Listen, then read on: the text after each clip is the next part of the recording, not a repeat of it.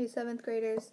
So hopefully this should already, you should already have this, and I want you to glue or tape it to the top of 125, and we're going to write all over on the bottom of it.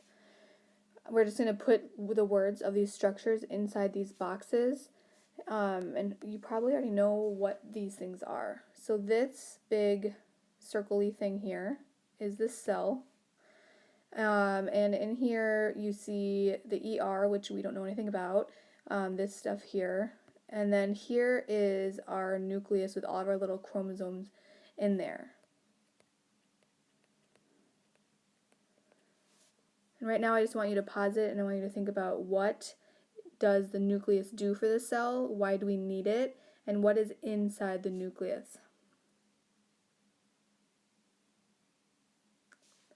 Okay, so inside here we have all of the genetic material, and they look like little X's. One right here is blown up, and that is a chromosome. So if you felt at all confused during mitosis about what these things have on them, that is what this unit is all about. What are these little things? Why are they X's? Why do they copy themselves, and why are they necessary?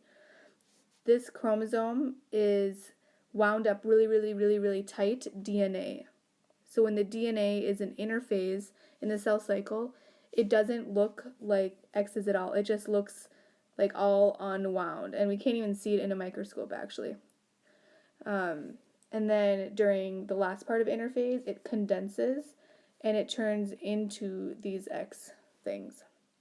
And that's the actual chromosome here. So the DNA is the stuff that we get from our parents. So there's one half of it basically we can say comes from our mom, and then the other half comes from our dad, and we are a mixture of their traits. So sometimes people say, oh, I look like my dad. Oh, I look like my mom. I don't look like anybody, and I don't know where I came from. So sometimes they mix in different ways, and this stretch of DNA, they have a lot of stretches, but this one here is called a gene. So for example, this could say, I'm going to have brown eyes.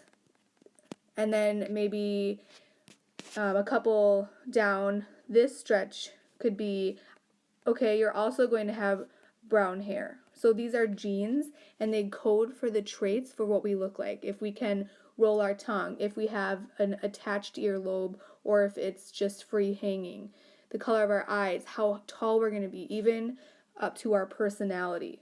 And this unit is going to be all about this one stretch of genes, and we're going to talk about how it changes and how we can actually see what genes are going to be in an offspring that two parents have. And when I say offspring, I basically mean babies. So a mom and a dad have a baby, and then we can see what kind of traits and the probability that they will have brown eyes or that they will have brown hair. Alright, so here we are still on page 125, and we wrote down that this is the cell, this is the nucleus inside the cell, this is the condensed chromosome, so all of the DNA packed up really tight. This twisty ladder thing is the DNA, and then one stretch of it is a gene, and we have 1 million of those inside our bodies. Okay, and we're just going to take some notes underneath here, and since last Thursday this didn't really work so well, we're going to try it again on this video. So pause this anytime you want, and I'm just going to go through all these definitions. You know what a cell is, and I just want you to think right now, how would you describe a cell?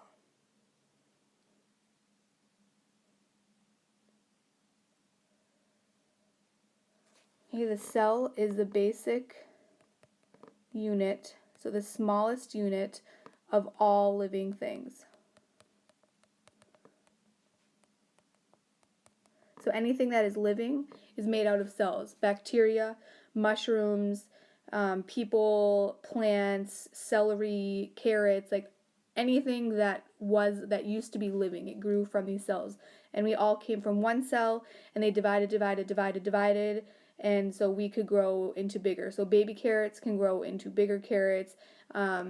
So leaves can replace themselves when they die. They have to add more and more cells.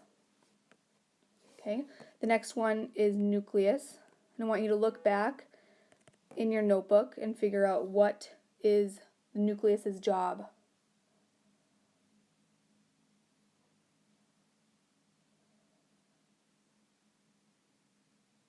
Okay, the first thing, it controls all activities in the cell. It's a control center. Controls all activities in the cell.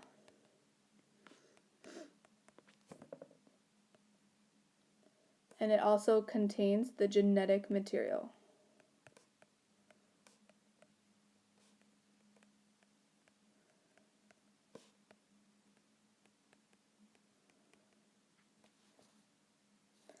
Next is the chromosome.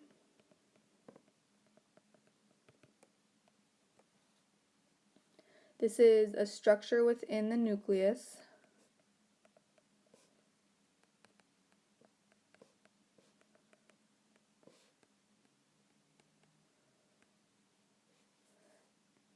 that is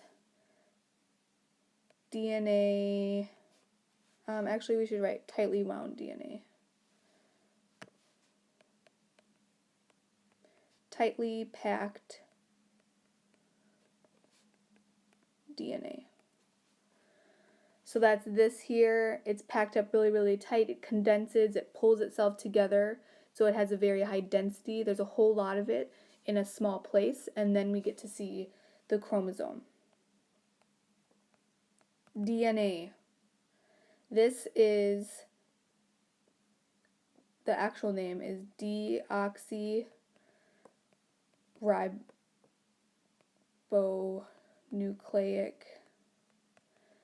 acid. Make sure you spell that correctly. That might be on a quiz. Deoxyribonucleic acid. So we say DNA. Yes, it's an acid.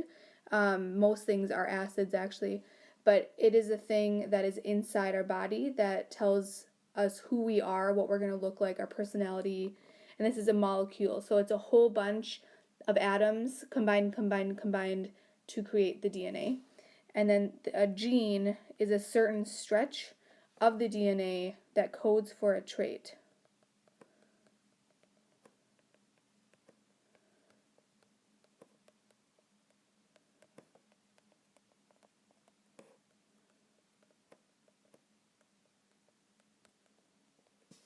Oops. Okay, that is a T, very ugly looking T. Okay, pause this and just review all of this information and try to cover up and just say out loud what each of these things are in this picture that you have in your notebook.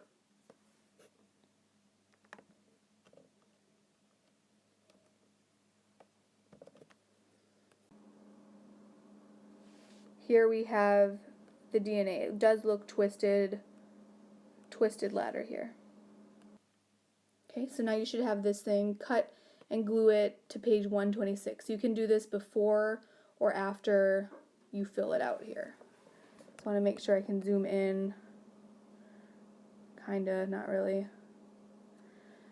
Okay, so let's just read through this. DNA, or deoxyribonucleic acid, resides in the nucleus of every living cell. The shape is described as a twisted ladder or double helix.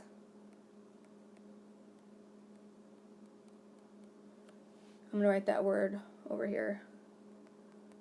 Helix, helix. So that's just a twisted ladder. And if you actually, okay, the sides of the ladder are made of deoxyribose sugar and phosphates. So those are just different molecules.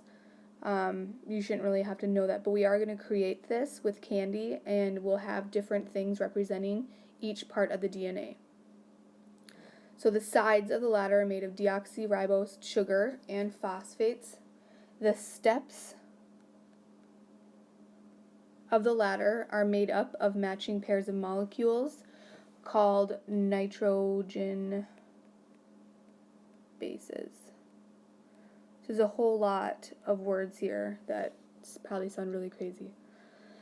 There are 4 kinds of nitrogen bases: adenine, thymine, cytosine, guanine.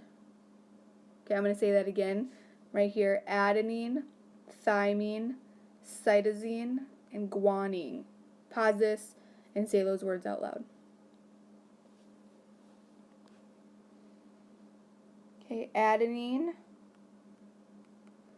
only pairs with thymine, and it's because of how the structure lines up.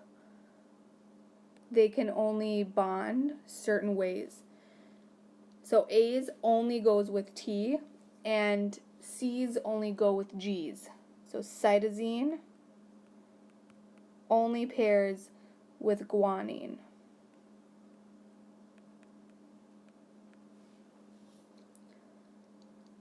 A nitrogen base plus sugar plus phosphate makes up a nucleic acid, hence the name deoxyribonucleic acid.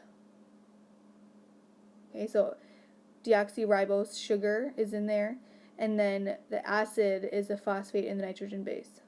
That's a little bit more information that we need to know. In 1950, Erwin Chargaff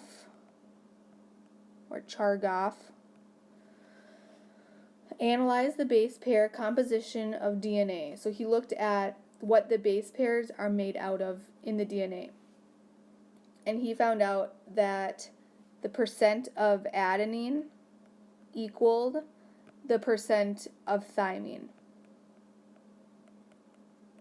And he also found out that how the same number of cytosine equaled the same number of guanine that was found in a single stretch of DNA. No matter where he took that DNA from, what stretch of it, it always had the same ratio.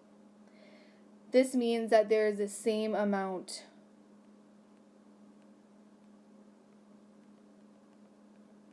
of adenine and thymine and the same amount